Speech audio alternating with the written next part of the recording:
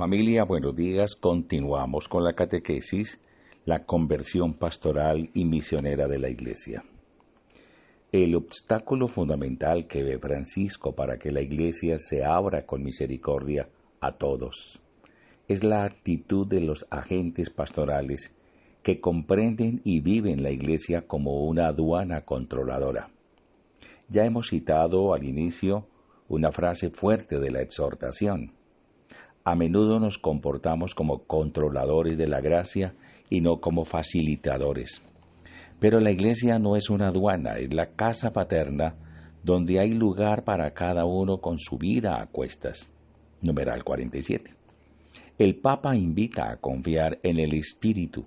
Sabe por experiencia propia que esa confianza puede producir vértigo, pero en un número que ya hemos citado en extenso, afirma: no hay mayor libertad que la de dejarse llevar por el Espíritu, renunciar a calcularlo y controlarlo todo y permitir que Él nos ilumine, nos guíe, nos oriente, nos impulse hacia donde Él quiera. Él sabe bien lo que hace falta en cada época y en cada momento. Esto se llama ser misteriosamente fecundos. Numeral 280. Frente a la acción soberana del Espíritu en la Iglesia, tenemos que aprender a renunciar, a calcularlo y controlarlo todo. Un aprendizaje que nos resultará probablemente difícil, pero que es liberador. Este obstáculo fundamental se hace concreto en ciertos defectos de las comunidades. El primero que señala el Papa es la actitud burocrática y poco acogedora. Dice el Papa: además es necesario que reconozcamos que, si parte de nuestro pueblo bautizado no experimenta su pertenencia a la Iglesia, se debe también a la existencia de unas estructuras y a un clima poco acogedores en algunas de nuestras parroquias y comunidades, o a una actitud burocrática para dar respuesta a los problemas, simples o complejos, de la vida de nuestros pueblos. En muchas partes hay un predominio de lo administrativo sobre lo pastoral, así como una sacramentalización sin otras formas de evangelización. Numeral 63. Siempre es más fácil para los agentes pastorales actuar con una actitud funcionaria que cumple normas y protocolos que son establecidos, en lugar de dejarse impactar por la necesidad de la persona concreta que se tiene delante. Pero es en ella donde se nos acerca el Señor. Volviendo a la última frase del texto recién citado, Francisco parece poner en paralelo por un lado lo administrativo con lo sacramental, por otro lado lo pastoral con la evangelización. Y creo que mi interpretación es correcta. La Iglesia tiene que administrar los sacramentos y para ello tiene que dar normas respecto a cómo se deben celebrar. Pero esto es lo que trae consigo el riesgo burocrático de contentarse con la mera aplicación rígida y escrupulosa de la norma. Sería olvidar que los sacramentos que administramos en la Iglesia son sacramentos de la fe, que sólo tienen sentido cuando son vividos con fe, de manera que la evangelización y el acompañamiento pastoral son condiciones indispensables para una adecuada administración de los sacramentos.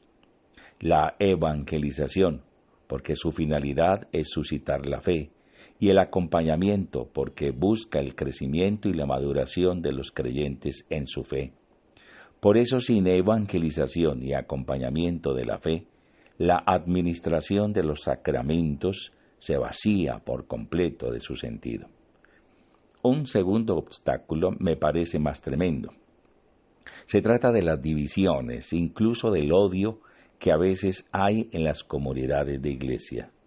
Dice Francisco: me duele tanto comprobar cómo en algunas comunidades cristianas, y aun entre personas consagradas, consentimos diversas formas de odio, divisiones, calumnias, difamaciones, venganzas, celos, deseo de imponer las propias ideas a costa de cualquier cosa, y hasta persecuciones que parecen una implacable casa de brujas.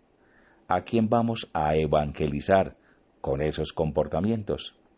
Lo dice en el numeral 100. El cuadro que pinta aquí el Papa es horrendo porque es exactamente lo contrario de lo que tendría que ser una comunidad cristiana. Francisco no lo inventa, ya que dice que lo ha comprobado en algunas comunidades cristianas y aún entre personas consagradas. Con razón se hace la pregunta de si, viviendo así, vamos a poder evangelizar a alguien. Por supuesto que no. Ahora bien, una cosa es el pecado, que siempre estará presente en las comunidades de iglesia, porque los cristianos somos seres humanos pecadores. Pero otra cosa muy distinta es consentir el pecado, hacer de él una conducta habitual. Mientras en la comunidad nos ayudemos a luchar contra el pecado, podremos ser un testimonio evangelizador, porque tampoco evangelizaríamos en el extremo opuesto, es decir, en el caso en que una comunidad llegara a considerarse pura y no admitiera el pecado de sus miembros. Inevitablemente, como se ha visto en la historia de la Iglesia, las diversas formas de puritanismo llevan a pretender que la Iglesia de Jesús es sólo para los pocos puros, lo que la convierte en una secta farisaica que rechaza sin misericordia a los impuros, a los pecadores. Amén.